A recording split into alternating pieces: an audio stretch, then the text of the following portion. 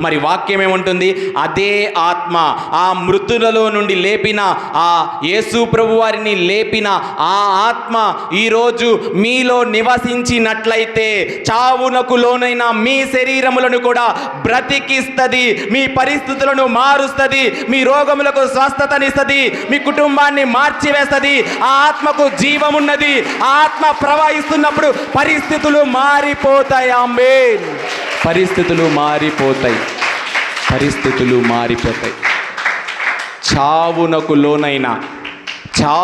లోనైన నీ పరిస్థితులను మార్చేసేదే పరిశుద్ధాత్మ.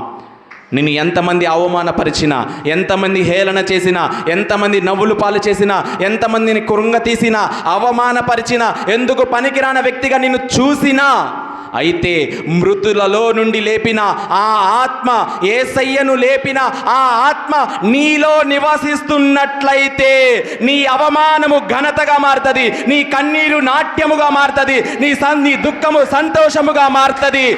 నిన్ను ఎవరైతే వద్దనుకున్నారో వారే నీ దగ్గరకు వస్తారు. ఆమేన్. చావునకు లోనైనా నీ పరిస్థితులకు జీవాన్ని పుట్టిస్తాడు.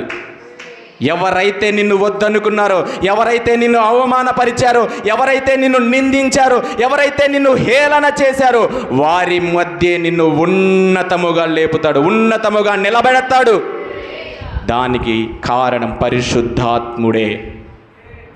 ఆ ఆత్మ ఫలములు నీలో ఉన్నట్లయితే నువ్వు ప్రేమ చూపించు. ఎదురువారు నిన్ను తిట్టినా ప్రేమతో మాట్లాడు, ఎదురువారు నీ మీద కోపం చూపించినా ప్రేమతో మాట్లాడు, దీర్ఘశాంతముతో ఉండు, ఆశా నిగ్రహముతో ఉండు.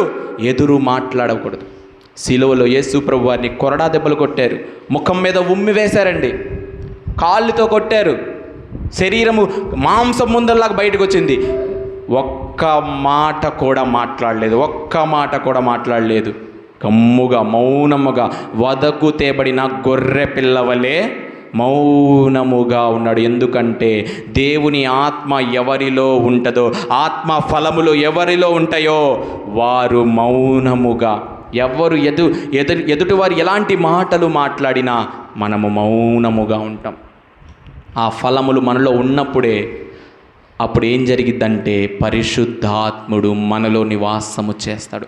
మనలో ఆయన నివాసము చేస్తే నీ పరిస్థితి మారిపోయిద్ది, నీ జీవితం మారిపోయిద్ది, నీ భర్త మారిపోతాడు, నీ కుటుంబం మారిపోయిద్ది, చనిపోదాం అనుకుంటున్న నీ పరిస్థితికి జీవాన్ని పుట్టిస్తుంది ఆ ఆత్మ. ఆమేన్.